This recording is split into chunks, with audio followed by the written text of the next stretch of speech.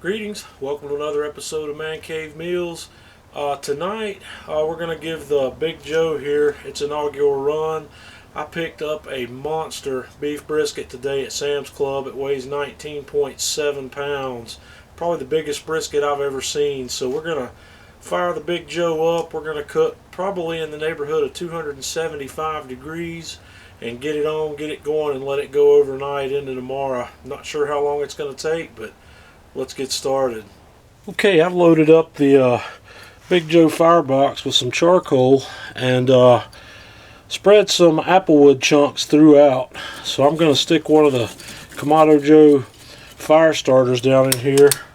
We're going to light it up and let the grill run with the vents wide open for about 10 or 15 minutes before we start working on shutting the vents down. I'm going to bring this guy up to about, I don't know, like I said, 275 or so. So once this gets started, we'll be back and we'll start prepping our brisket. Now that we have our fire started and the Kamado's starting to warm up, I'm going to set my heat deflector in place here. And I've got a 16-inch pizza pan there that's wrapped up in a little foil just to help catch some of the drippings off of this and keep them out of the grill. As you're aware, these types of grills are self-cleaning. They don't require anything beyond heating them up really hot to get them cleaned off, but this minimizes having to do that some. So now we're going to let the grill finish coming up to temperature and let's get started prepping our brisket. Okay, as you can see here, we've got a really big brisket.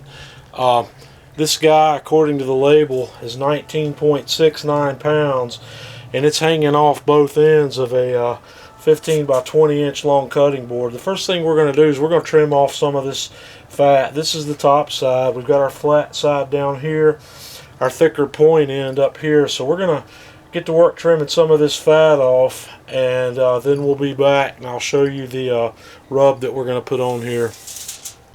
Okay, I've got my brisket trimmed up pretty good, about how I like it. This is the fat cap side, and as you can see, I've trimmed a good bit of that fat off. So now we are ready to start applying our rub, and today I'm going to be using a wet rub, but this wet rub has got salt, pepper, Worcestershire sauce, mustard,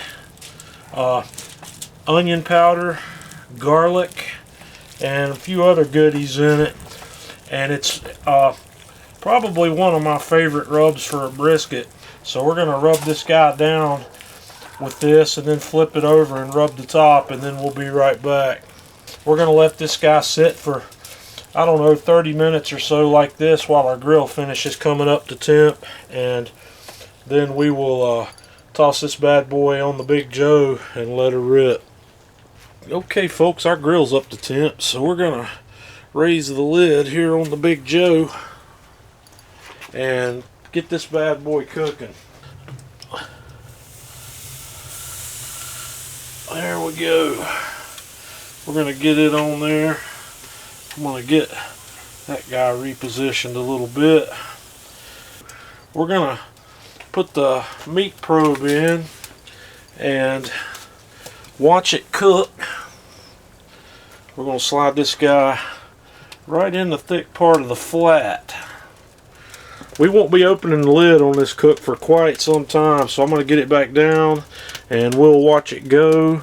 I'm going to start my cook timer, and there it goes. It is 8:25 p.m. so we'll see you later.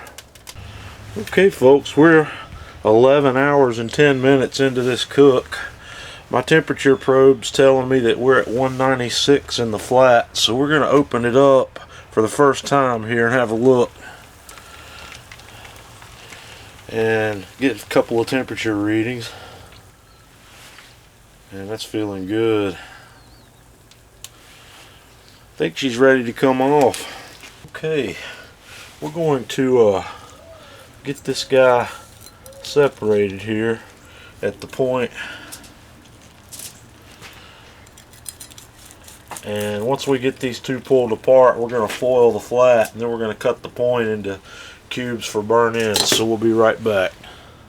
Okay folks, here it is, the finished product. This brisket is nice, wonderfully tender. Just pull apart, just like you see here. I'm going to have a little taste of this.